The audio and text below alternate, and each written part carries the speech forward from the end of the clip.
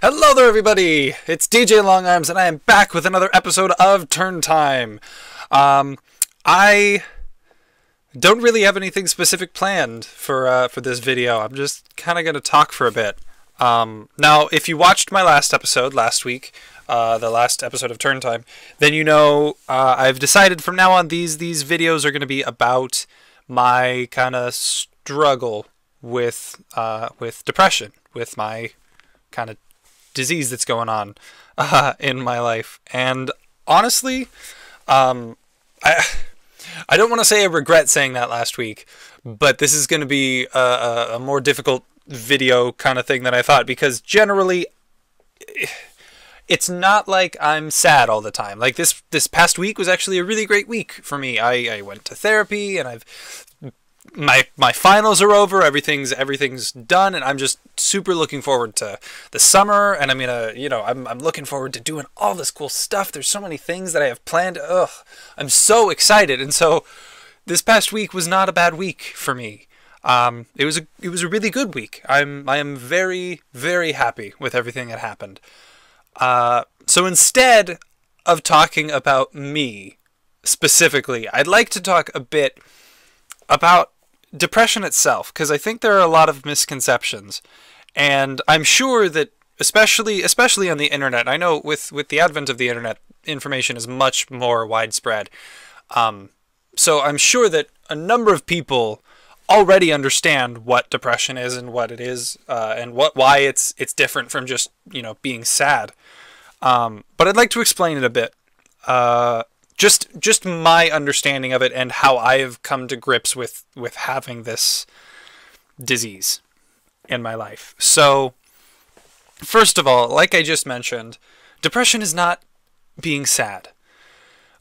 More than anything, specifically for me, it's about not feeling anything.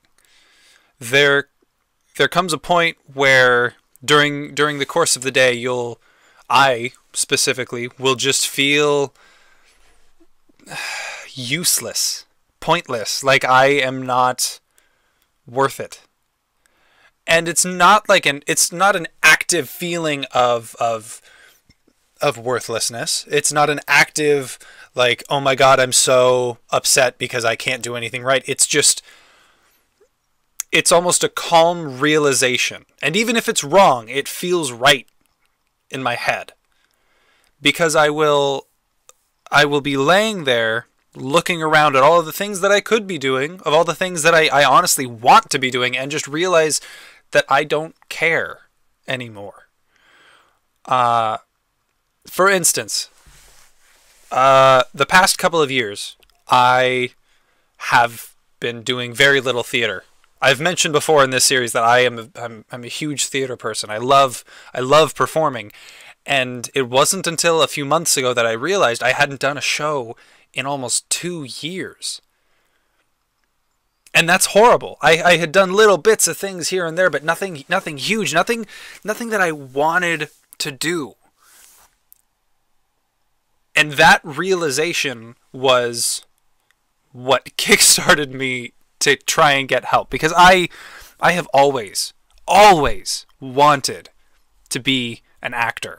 To be up on stage, name in lights, even if my name isn't in lights, even if I'm just in the background singing and dancing, I want that more than anything. And to realize that I had not taken a single step in that direction in 2 years was a huge awakening for me. It's like I said, it's what catalyzed me to get help, to realize that I'm in a place that I should not be in. And that feeling of numbness, even now, even after having this realization a few months ago, is still there. This feeling that nothing I do is right. Nothing that I have participated in is good or worth it. And again, it's not an active feeling of worthlessness. It's just passive. It's just total acceptance that this is the way my life is. I might have touched the mic. Even if that's not the way it actually is, even if it's just me being irrational, it feels correct. And that is depression to a lot of people, at least to the people that I know who have struggled with this, to my own knowledge of the disease. It's this feeling of numbness and not caring, of total isolation from everything else. You could be in the middle of a crowded room and still feel alone. That's what depression is. That is exactly how it feels. And like I said, this past week I've been feeling great, but I know that it will come back. And that's going to be tough. Because it is very much an up and down thing, specifically for me. It's not necessarily that way for everyone. But I know sometime soon, probably really soon, I'm going to start feeling that way again. And that's part of the reason that I'm doing this, is so that I can force myself not to just let it go. That's it, so that I won't just give in, so that I can at least feel like I'm doing something. Even if nobody ever watches these videos, ever, at least I'm trying. I said at the beginning of the video I wasn't going to talk about myself, and here I am talking about myself anyway. So I guess that's good. That's what I was planning on doing in the first place. I don't know what's going to happen with me in my life in the future. I just know that I can't stop trying, because that's the most important thing to do in life at all. Here I am getting all philosophical. Don't listen to anything I'm saying right now. It's just rambling, and I know that. Depression is a disease. First and foremost, that's what I want people to understand. It is a disease. It's not something that you can just say, well, go think and be happy. Go listen to your favorite music and feel better. Go, remember what it was like to feel something. That doesn't work. Things can help. I love when I'm feeling down, I'll listen to music and it'll help to at least keep me motivated and keep me going on something. It'll keep me distracted, but it's not a cure-all. It's not a magical thing that swoops in and knocks depression out.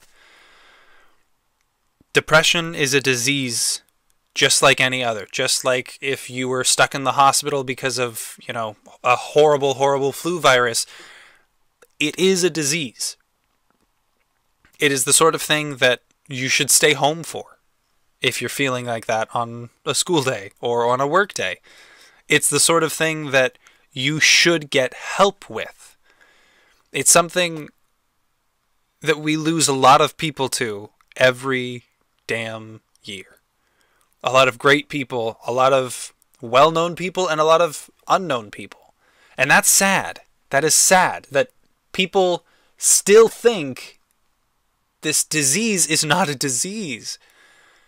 That people still honestly believe that you can deal with this on your own. That, you don't need any help. Don't go to a doctor. Just don't worry about pills. Just figure it out. Just keep fighting.